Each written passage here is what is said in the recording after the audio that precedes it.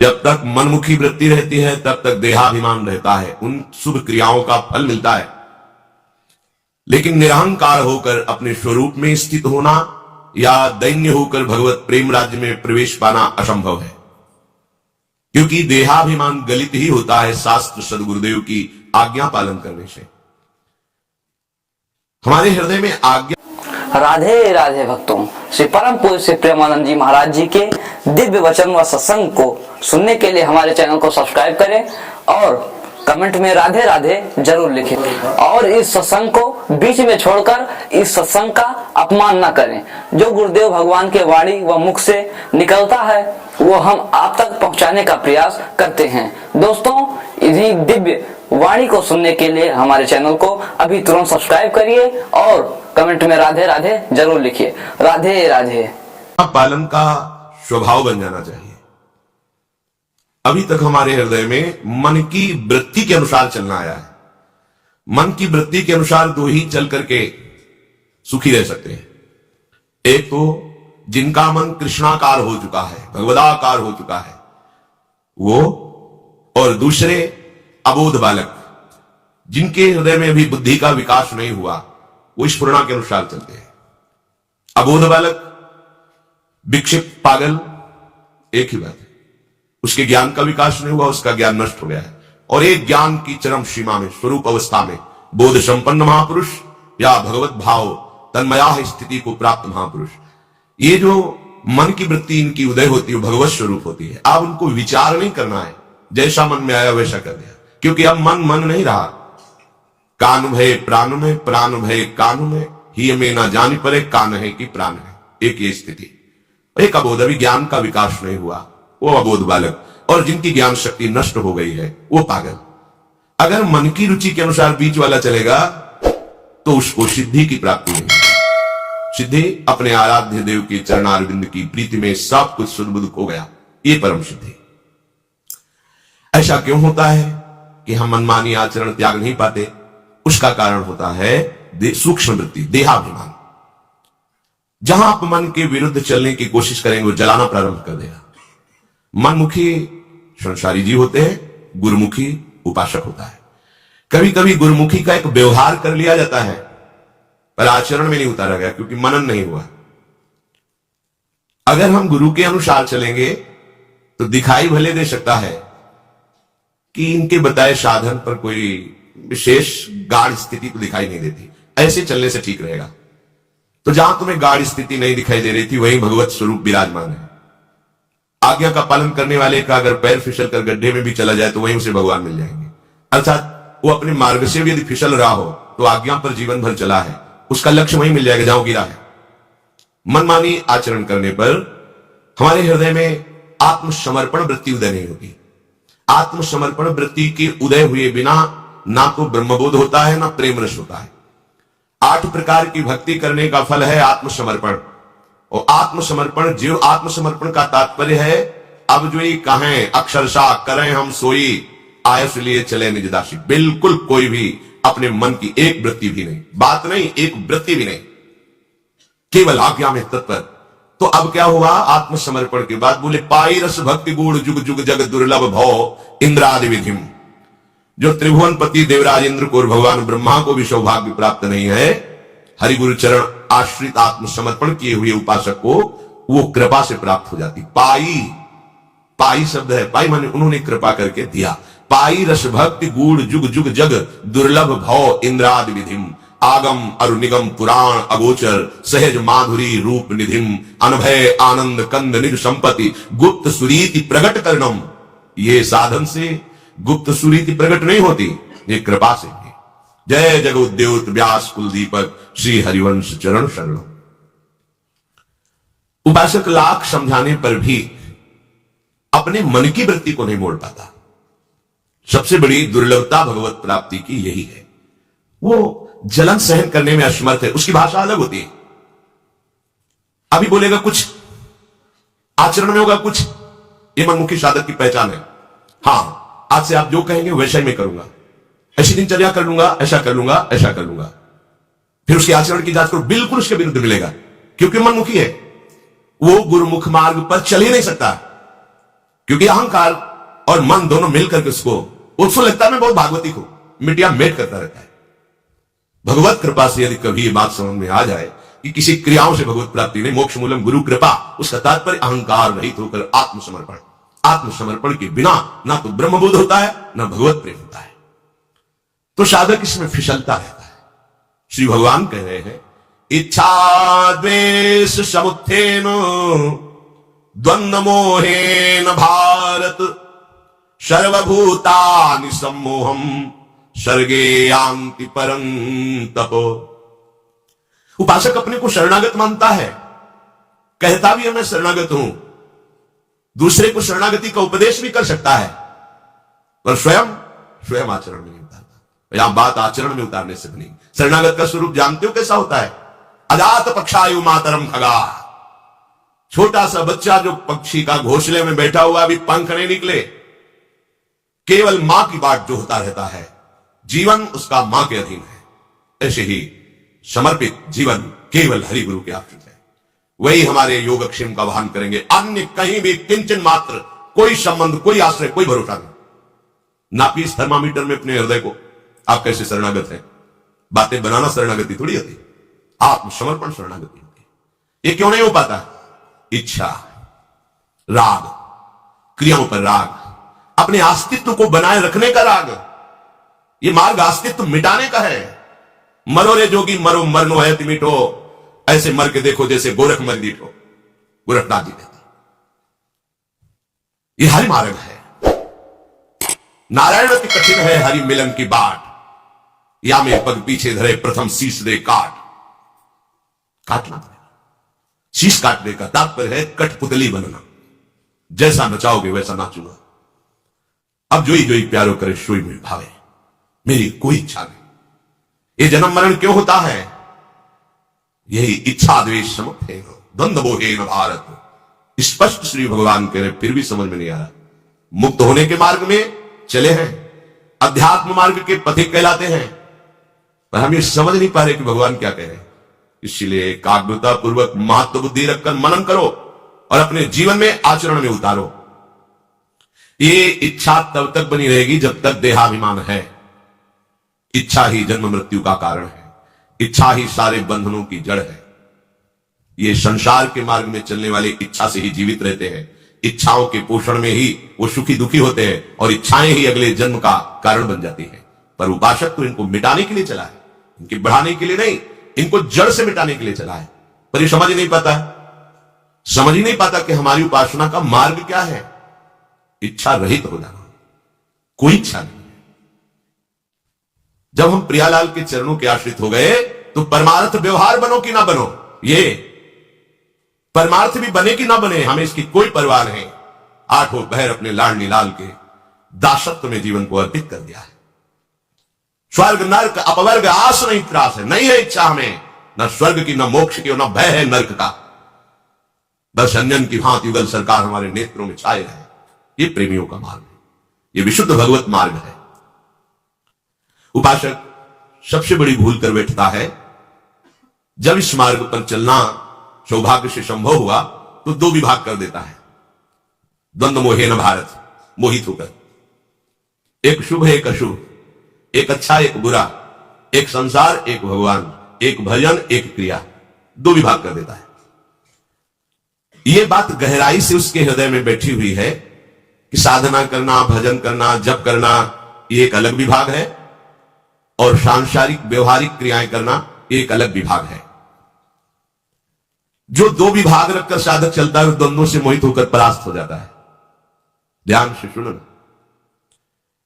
कारण कि माला और नाम जप उसको तो समझता है भजन, और जितनी क्रियाएं हैं उनको सब संसार की समझता है। बिगड़ गया साधन पथ, क्योंकि हमारी वृत्तियां संसार में ही पूर्व से लगी हुई है। वो दिखावे में माला चलाएगा, लेकिन एक एक वृत्ति प्रश्नवाचक है। जब तक उसका उत्तर नहीं होगा तब तक स्थिति नहीं आएगी। एक ही प्रश्न है इस जगत में, ये संपूर्ण द्वंद्वों से युक्त जगत एकमात्र भगवान है, ये उत्तर तुम्हें देना है। भगवान के सिवा कुछ नहीं है। जब तक हर एक वृत्ति का उत्तर आप ये नहीं दे दोगे तब तक आपकी मालाएं से चलाने से ये इच्छा और द्वेष और द्वंद्वों का सम्मोह ये नहीं छूटने वाला। माला भी चलाते हैं और राग द्वेष भी करते हैं। श्रम जनित शारीरिक क्रियाओं से तो बचते हैं, लेकिन असाधन जनित क्रियाएं खूब आराम से हो रही। ये बड़ा सूक्ष्म विषय है।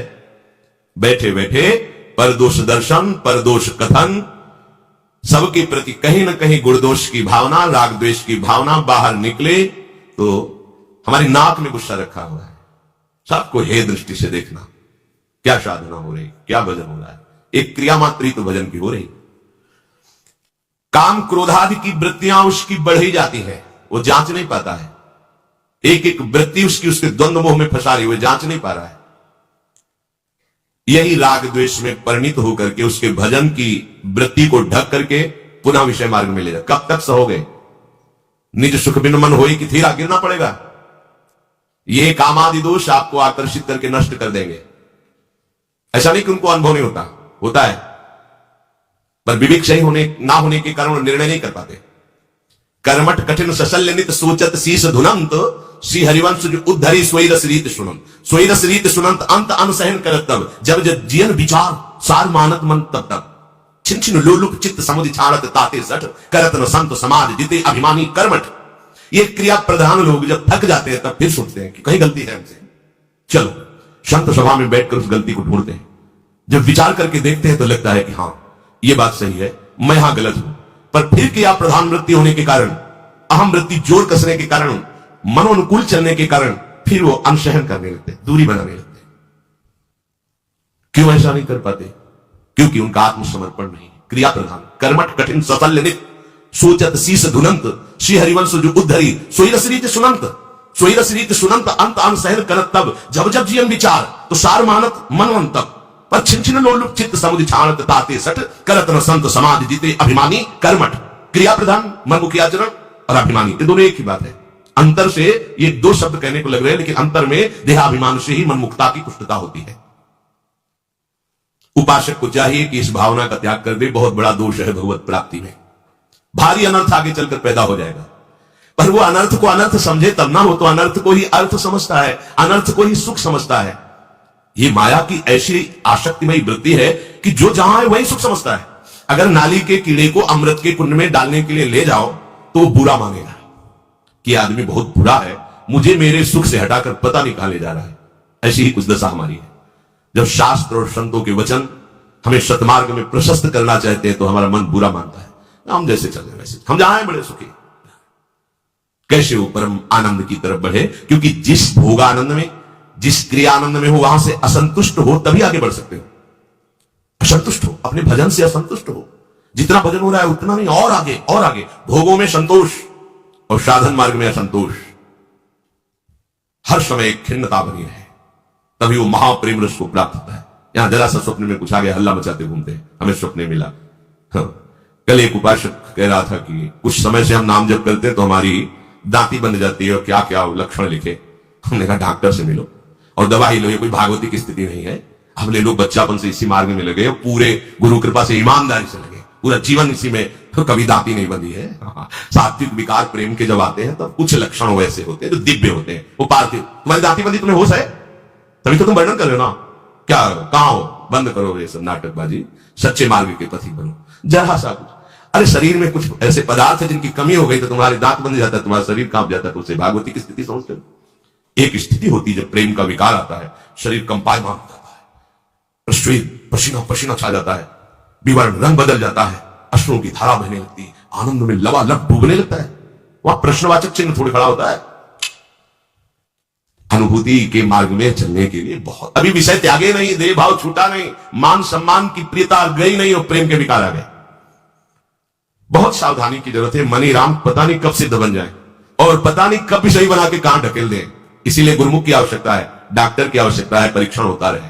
पर इतनी कड़वी दवा है कि वही सह सकता है जो साधक है। सचिव वैद्य गुरु तीन जो प्रिय बोले भयास, राज धर्म तन तीन कर होई भी गही नाथ। यदि गुरुदेव शिष्य के अनुकूल बोले, शिष्य के मनोनुकूल बोले तो शिष्य का नाश हो जाएगा। वैद्य मरीज के अनुकूल चले तो मरीज का नाश हो जाएगा। मंत्री राजा के अनुकूल बोले ठाकुर सुहाती तो उस राज्य का पतन हो जाएगा। मंत्री को ठीक मंत्रणा देनी चाहिए, गुरु को ठीक उपदेश देना चाहिए। वो अनुकूल या प्रतिकूल तू देख। तस्मात् शास्त्रम प्रमाणम, अनुभूति और शास्त्र प्रमाण से युक्त वचन।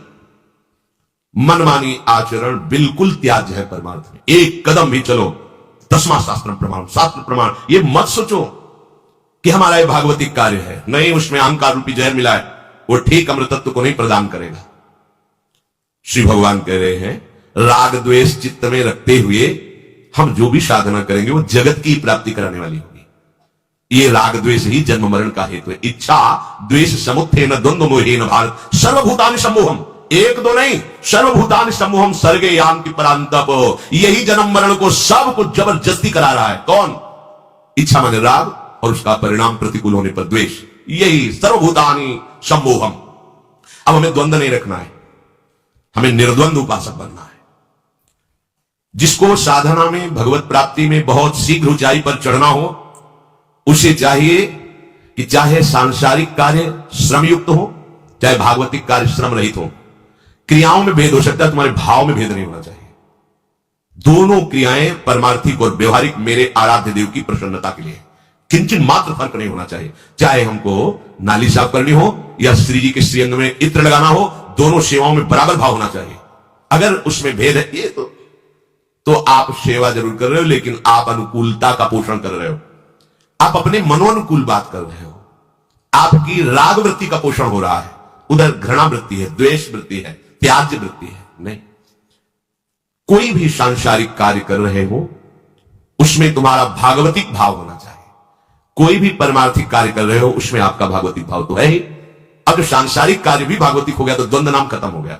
संसार का जो विषय भोगने वाला हरि विमुख है, यदि वो सांसारिक कार्य करेगा तो संसार का भाव तो रहेगा ही, पर परमार्थिक कार्य करेगा तो भी संसार का भाव उसमें रहेगा।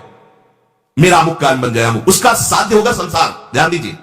और जब भागवतिक कोई भगवत प्राप्ति के लक्ष्य वाला साधक सांसारिक क्रियाएं करते दिखाई देगा तो उसका भागवतिक भाव होगा। परमार्थिक क्रियाओं में तो भागवतिक भाव है ही, पर वो सांसारिक कार्यों को भी भागवतिक भाव बनाएगा। इसलिए उसको कोई भी द्वंद्व सम्मोहित नहीं कर सकता। सर्वभूतानि सम्मोहम, पर भक्त को नहीं, भगवद आश्रित को नहीं, क्योंकि उसने जितनी चेष्टाएं की वो सब प्रभु के लिए, प्रभु प्रसन्नता के लिए भगवत भाव रखकर। फिर समझिए, अगर वो सांसारिक लक्ष्य वाला है तो सांसारिक क्रियाएं तो सांसारिक भाव से है ही, भागवतिक क्रियाएं भी उसकी सांसारिक भाव से होती है। अगर भागवतिक लक्ष्य वाला है तो भागवतिक क्रियाएं तो भगवत भाव से है ही, पर सांसारिक क्रियाएं भी उसकी भगवत भाव से होती है। इसलिए द्वंद्व मोहेन भारत, ये द्वंद्व रहित होता है, वो द्वंद्व से मोहित होता है।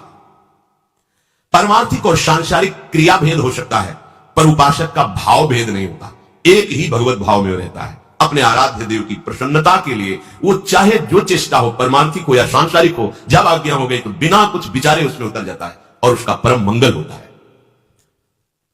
जब परमार्थिक क्रिया हो या सांसारिक क्रिया हो, उस समय साधक को यह भाव रखना चाहिए कि मैं एक शरणागत उपासक हूं, मेरा लक्ष्य भगवत प्राप्ति, ये जो मैं क्रिया कर रहा हूं इससे मेरे प्रभु प्रसन्न होंगे, ये प्रभु के लिए कर रहा हूं। चाहे वो फावड़ा चलाना हो, चाहे वो नौकरी करना हो, व्यापार करना हो, गृहस्थ हो या विरक्त हो, जो भी सेवाएं हैं, जो भी मार्ग है हमारे प्रभु के, ये बहुत शीघ्र अध्यात्म की ऊंचाई पर उपासक चढ़ जाएगा। क्रिया भेद होने पर भी भाव भेद ना होने से उसे द्वंद्व नहीं व्यापेगा। खास बात समझिए, हम साधना तो करते हैं पर द्वंद्वों से परास्त रहते हैं। जब द्वंद्वों का प्रभाव हमारे ऊपर रहेगा तो हम परम पद के अधिकार से रहित हो जाएंगे। परम पद का अधिकारी वही द्वंद्वैर विमुक्ता। ध्यान दीजिए, भगवत दर्शन का अधिकारी वही द्वंद्वैर विमुक्ता। इसीलिए सेवक जी ने रसिकों के संग के पहले पंक्ति रखी, सब जीवन सुख प्रीति रीत निवाहत आपनी श्रवण कथन परतीत, यह जो कृपा हरिवंश की। ऐसे चलोगे तो तुम द्वंद्वों से निपटने की ताकत रख पाओगे। क्या? शत्रु मित्र समझान, मान मान अपमान श्रम, दुख सुख लाभ हान, यह जो कृपा हरिवंश की। अब नित एक धर्म संग तो रंग बढ़त नित नित सरस, क्योंकि द्वंद्वों को उसने परास्त कर दिया है तो रंग बढ़त नित नित सरस।